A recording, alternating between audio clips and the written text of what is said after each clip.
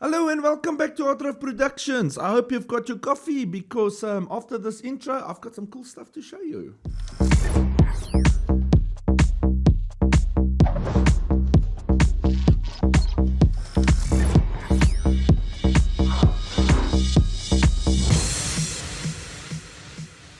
Well, Rainer speaking here, and I've got some cool stuff I want to show you. But before I get into it, let me give you a bit of history. So I'm a little company. I do some YouTube things, as you notice. Hello, I'm here. But my main job actually is I've got a sound company. So I've got a sound company and I also do some video and so on and for school plays. Not pro. I was a little bit into the sports industry, but hey, now I'm here. I focus more on my sound and so on. I love music.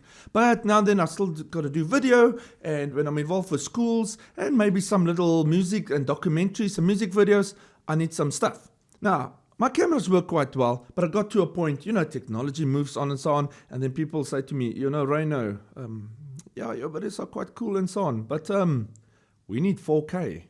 And I'm like, I'm stuck on 2K. So I had to make a plan to get some stuff. And I realized, hey, the last time I bought cameras was like 7 years ago. No. It's time to upgrade. Technology has moved so far. Even a phone probably takes better like video than my 7-year-old, quite expensive camera. So I did what any good researcher will do, and I went to YouTube. Man, when I started looking up there, I was like, wow, it's too much stuff. You can't believe how many things there are. So you see some very expensive videos, and they look great on video, but of course they're expensive. Then you got some cheaper ones, which I was surprised how well they're good, or what they look like, but they lack some features. And I need some versatilities and movement. I never know what I use for. I'm not stuck in one industry. So one I could be doing a bit of a music video, and the next thing like a school play, and the next thing I'll be podcasting like this. So I need a little bit of versatility and so on. So, and I said to the guys too, guys, I'm happy with the camera. I've decided what camera I want. And they said, oh, that's all great and so on. But COVID was around, chip shortages, things are going on in the world, we don't have stock. And then they keep on trying to convince me to buy this other camera. And I go, guys, I don't have like 50, 60,000 Rand. My budget is around 15 to 20,000 Rand. Now for US dollars, I suppose that's about $1,000 to $1,400 I have to spend. I don't have the $4,000. So, I can't do that. So I said, I'll wait. And then this week, a little company phoned me and said, Reino, we've got a surprise for you. We've got the camera that you were looking for. Now, I've really been researching this camera, and I think it does everything I want to do. So, let me not keep you waiting like, okay, Reino, what Reino? Do you guys want to take a guess? Do you want to take a guess? Put your comments below. Take a guess. Should I give you 5 seconds? 4, 3, 2, 1, 0. And there it is. Wow. The Sony ZV-10E. Or the ZVE10. Oh man, all these names they call. So Sony ZV-E10. I always call it 10E. Who knows why? But whatever. There it is. So they sent it to me, and what was nice, they said it's a whole kit. And it comes with this cool controller. So because you're most now a YouTuber, and so on. So you got this little cool remote controller, and it's a tripod. It screws onto the camera, and it's got like a remote thing, and you can control as well. And when you look at yourself, hello, you can talk to yourself. Hello, I'm Reino. No, I'm just joking. So I said, great, nice. So there's the unit, and I already took them out. I played with these things already, couldn't wait. So there it is. How nice is that? But I said to the guys, look, there's a shortage in that. Do you by any chance have 2 Sony ZV-E10s? And they said, they've got 3. I said, no, I can only afford 2. So they brought me another one as well. And now I've got 2 Sony ZV-E10. And there they go. And this one already has its socket on. I don't know what you call this. Oh, it's so cute. Look at that. Little fluffy. It helps with the audio. So if you're in a wind, you don't have a problem. So there's the kits. And of course, I also got 2 remotes for them. And there we go. And of course, being me, I'm like, okay, how can I upgrade this now? But I need to make them work a bit better. Because, if they go on a show and it's just like this, they're going to question me and say, Reino, we're paying quite a bit of money. And is this all you bring? And I'm like, yeah, that's all I need. Different lenses or so. But before I get what I added to it. I will tell you guys why I went for these cameras. Now, firstly, they do 4K. Great, yeah, 4K. They don't have a recording limit, so I don't have to every 28 minutes stop, okay, record again to make a new file. So I really enjoy that, especially as school play, because that camera is there, especially for the wide shot. I push record, and it has to go on by itself. And maybe the one I'll zoom in and out and so on. So I don't have time to 28 minutes, I run through the people, and maybe there's a camera on the side, and stop and record and come back. Especially for a budget show where there's not a cameraman behind every camera. So I need to trust that I've set this, and the nice thing too is I've got a lot of manual settings. I very seldomly use auto. It's quite shocking for me when I see people, they buy a $3,000, $4,000, $5,000 camera and use auto. I'm like, then just buy a good phone with a camera. But if you know how to use these things, it's great. So I can set them manually. So we've got 4K going, don't have a recording limit that I have to start, stop. And one of the best things I went for this one is, although it's a small camera, oh yeah, interchangeable lenses. And I mean, these days, Sony's E-mount lenses, there is so much on the market. Everybody has a lens support to this thing.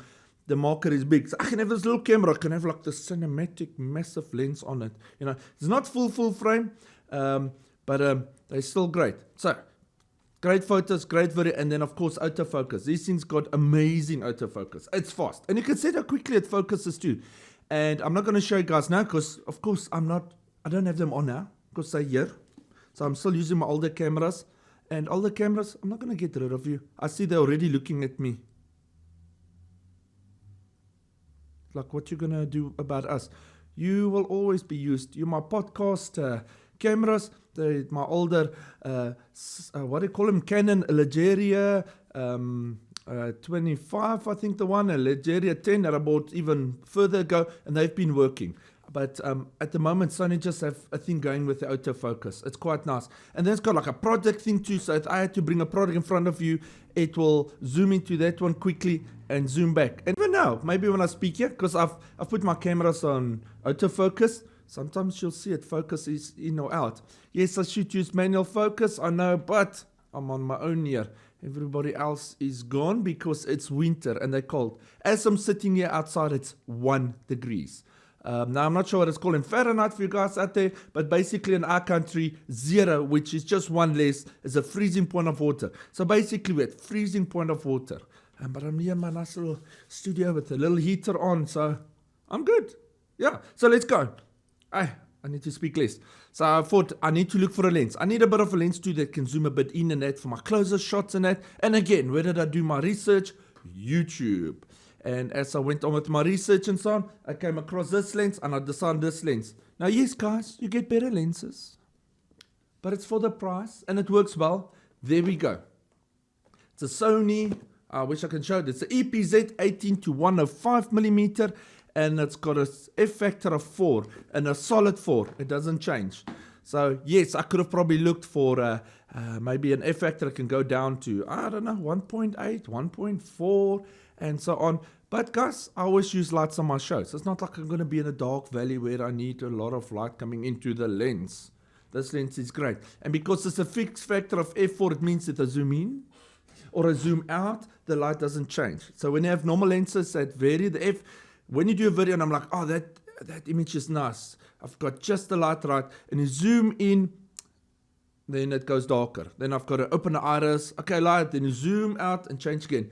So for video, I like to have a solid f factor of 4. And the nice thing about this lens too, it's got some side control. But hey, let me show you. So there we go. Here it is, nice little lens. And it's got a nice cap filter. And I've just put a UV filter in front of it. Not really to get rid of the UV as such, because I think most new cameras have a thing to protect it, but it protects the lens.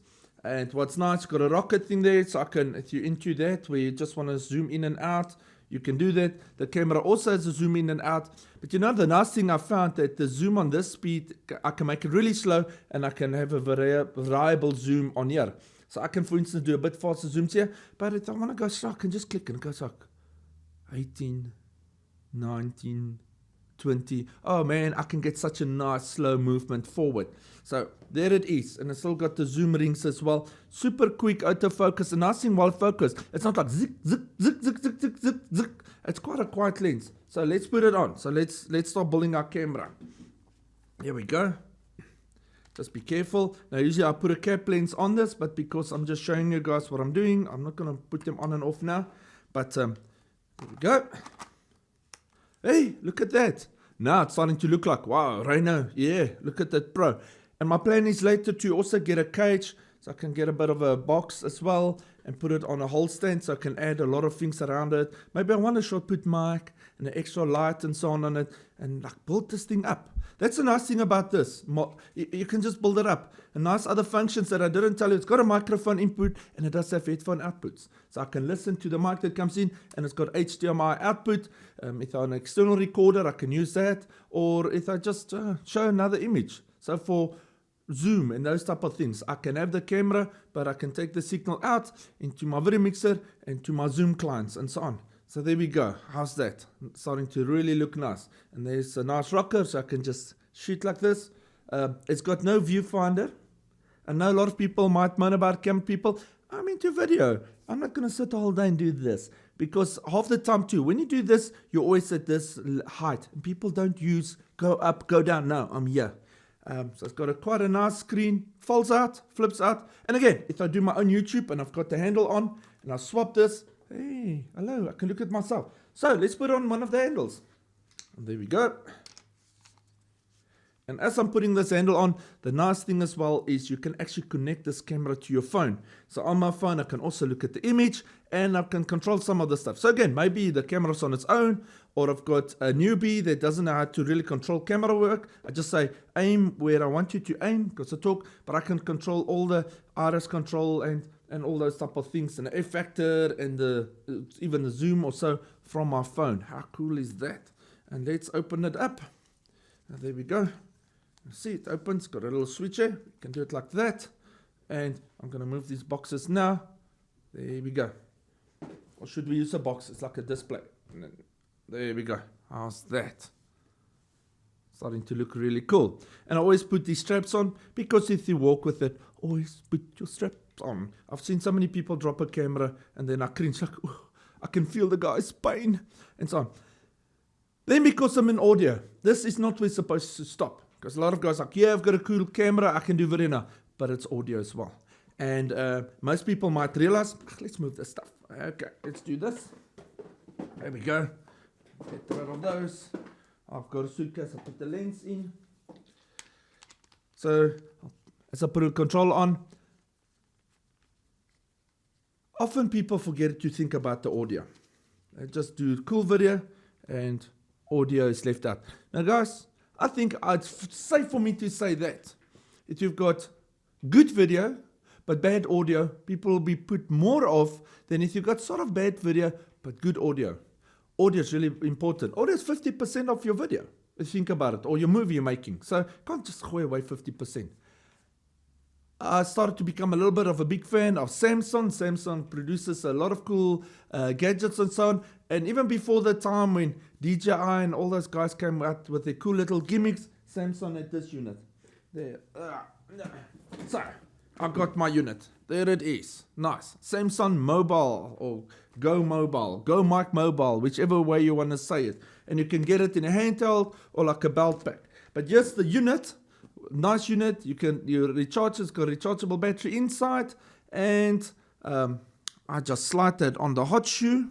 Hopefully I don't need the hot shoe for something else. But you can always just got different brackets. Maybe put a bracket to hold it there. Or when I have a cage, hey, I can put it on a cage. And I plug it into the microphone jack. Let's find it in its little door. And connect it. Now we're starting to have some really mean camera going. And what that does is there's two ways to connect it. At this way I've just taken it by its line level. It converts to line level, which is nice, into the mic port there, and I'll probably set the camera that the mic port is now a line level port. Let's go a bit up. My chair keeps going down slowly. It's time for a new chair. Hint, hint. Anybody out there sponsoring chairs? No, it's fine. And then you've got your units. There we go. I Roger bought these ones, and they just clip on somewhere. And it comes with a clip-on mic. There's a little clip-on mic.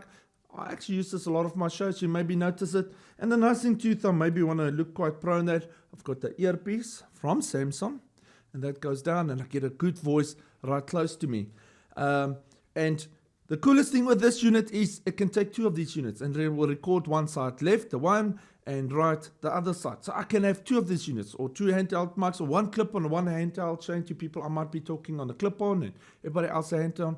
This is such a nice unit. And yes, if you have a phone, and you tell me, but Rainer, my phone doesn't have a mic input, or this thing is left and right, it doesn't totally make sense, because it does come with a cable that only one channel for normal phones. It has USB out as well, and has got all the cables for Samsung and Mac, or not Mac, iPhone. Sorry guys for the iPhone guys there, and so on, and Y, and so the phone will pick it up as a 2-channel sound card. How cool is that? So that's it. There's my setup. I hope it gives you an idea when you're also looking for some cameras and that. Yeah, I'm not going to go into every detail. This is how it shoots in 4K. This is how it shoots at this. It's just ideas I give you guys. I hope you get a cool idea. I'm going to have fun playing with these things. Hopefully I can start looking semi-pro again. Let's put them there. How does that look? That's nice, eh? There we go. This one I'll also start probably getting different lenses, maybe fixed lenses when I do different things. Because, F-factor lower is always a bit helpful to have. But that's a start. And from there we'll grow. So, I hope you have a great day. If you like the thing or the things I put up here, that's a little channel son, but please share it. Give a like there and subscribe.